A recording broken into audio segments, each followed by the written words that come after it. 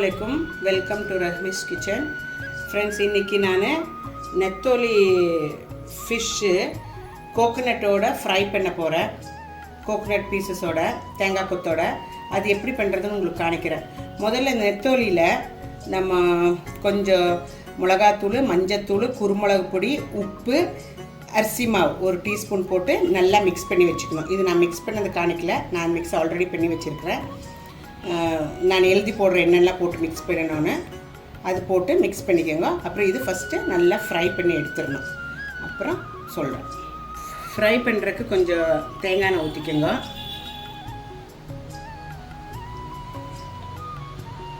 கொஞ்சம் கருவேப்பிலை போட்டுக்கோங்க. அதில் இந்த காஞ்ச எண்ணெயில் கொஞ்சமாக கருவேப்பிலை, இது பிடிக்காமல் இருக்கிறதுக்கு கொஞ்சம் கருவேப்பிலை போட்டுக்கோங்க. அப்புறம் மிக்ஸ் பண்ண மீனை ஃப்ரை பண்ணுறதுக்கு இதில் போட்டுக்கோங்க.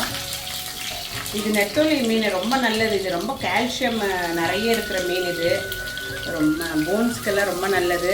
ரொம்ப ஹெல்தி ஃபிஷ்ஷு. இதெல்லாம் பசங்களுக்கும் குழந்தைங்களுக்கு வயசானவங்களுக்கு எல்லாத்துக்கும் கொடுக்க வேண்டிய பொருள் இது. அட்லீஸ்ட் வீக்லி ஒன்ஸாவது நீங்கள் நெத்தோலி மீன் வாங்கி செய்து சாப்பிடலாம். இப்படி செய்யணும்னு இல்லை, பல வகையில் இருக்குது செய்கிறதுக்கு. எப்படி உங்களுக்கு தோணுதோ அந்த மாதிரி செய்து சாப்பிட்லாம் நெத்தோலி ஃபிஷ்ஷு.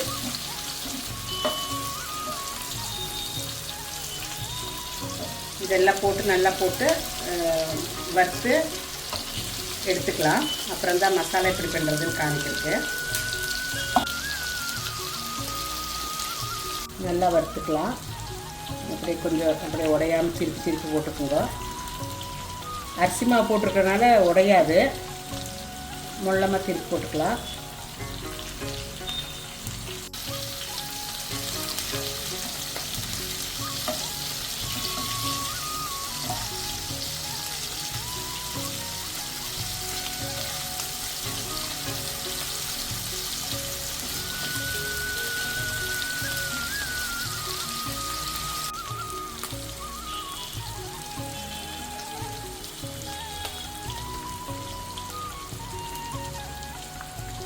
ஃபிஷ்ஷெல்லாம் நல்லா ஃப்ரை ஆகிடுச்சு. நம்ம ஒரு பிளேட்டில் எடுத்துக்கலாம். எல்லாம் உடையாமல் எவ்வளோ முடியுதோ உடையாமல் ட்ரை பண்ணுங்க.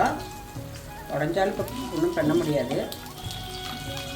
எல்லா ஃபிஷ்ஷும் இப்படி எடுத்துக்கோங்க. அதே பேலன்ஸ் எண்ணெயில் கொஞ்சம் கருவேப்பிலை போட்டுக்கலாம்.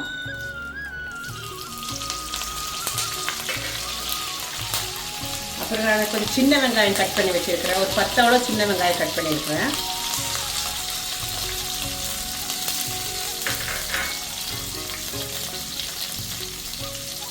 ஒரு பெரிய வெங்காயம் போட்டு நல்லா வதக்கிக்கலாம்.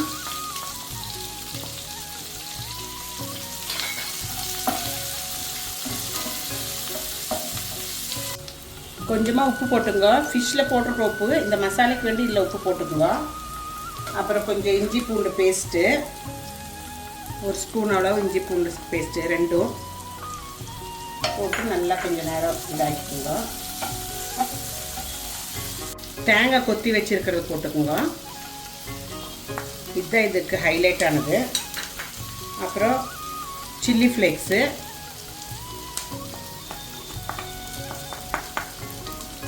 அப்புறம் கொஞ்சம் கரம் மசாலா போடணும். கொஞ்சோண்டு கரம் மசாலா எல்லாம் போட்டு கொஞ்சம் நல்லா ஃப்ரை பண்ணிக்கோங்க. கொஞ்சம் மஞ்சத்தூள் போட்டுக்கலாம்.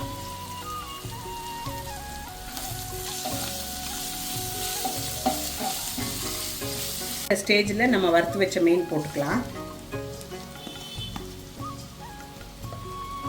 மீன் போட்டுட்டு நல்லா இலக்கிக்கோங்க. கொஞ்சம் லெமன், ஒரு ஹாஃப் லெமன் போட்டுக்கோங்க.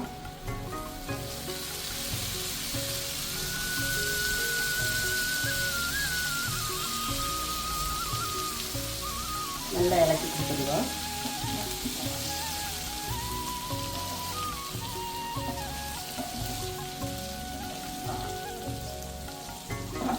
பாருங்க எவ்வளோ அழகாக இருக்குது, பார்க்கறதுக்கு எண்ணெயாக தெரியுது. அதுக்கு மேலே கொஞ்சம் கருவேப்பிலை போட்டுக்கோங்க.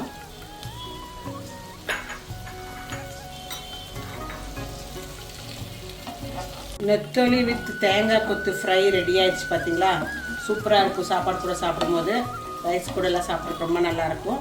இதை நம்ம ஒரு பிளேட்டில் எடுத்துக்குவோம். எவ்வளோ எம்மியாக இருக்குது நெத்தோலி வித் தேங்காய் கொத்து ஃப்ரை. சூப்பராக இருக்குல்ல? நீங்களும் வீட்டில் ட்ரை பண்ணுங்க. உங்களுக்கு இஷ்டம் ஆகும். லைக் ஆச்சுன்னா சப்ஸ்கிரைப் பண்ணுங்க, லைக் பண்ணுங்க, ஷேர் பண்ணுங்க, கமெண்ட் பண்ணுங்க. உங்களோட சப்போர்ட் ரொம்ப முக்கியம் எனக்கு. தேங்க்யூ ஃபார் வாட்சிங் Rahmi's kitchen. Thank you very much. Meet you with another recipe.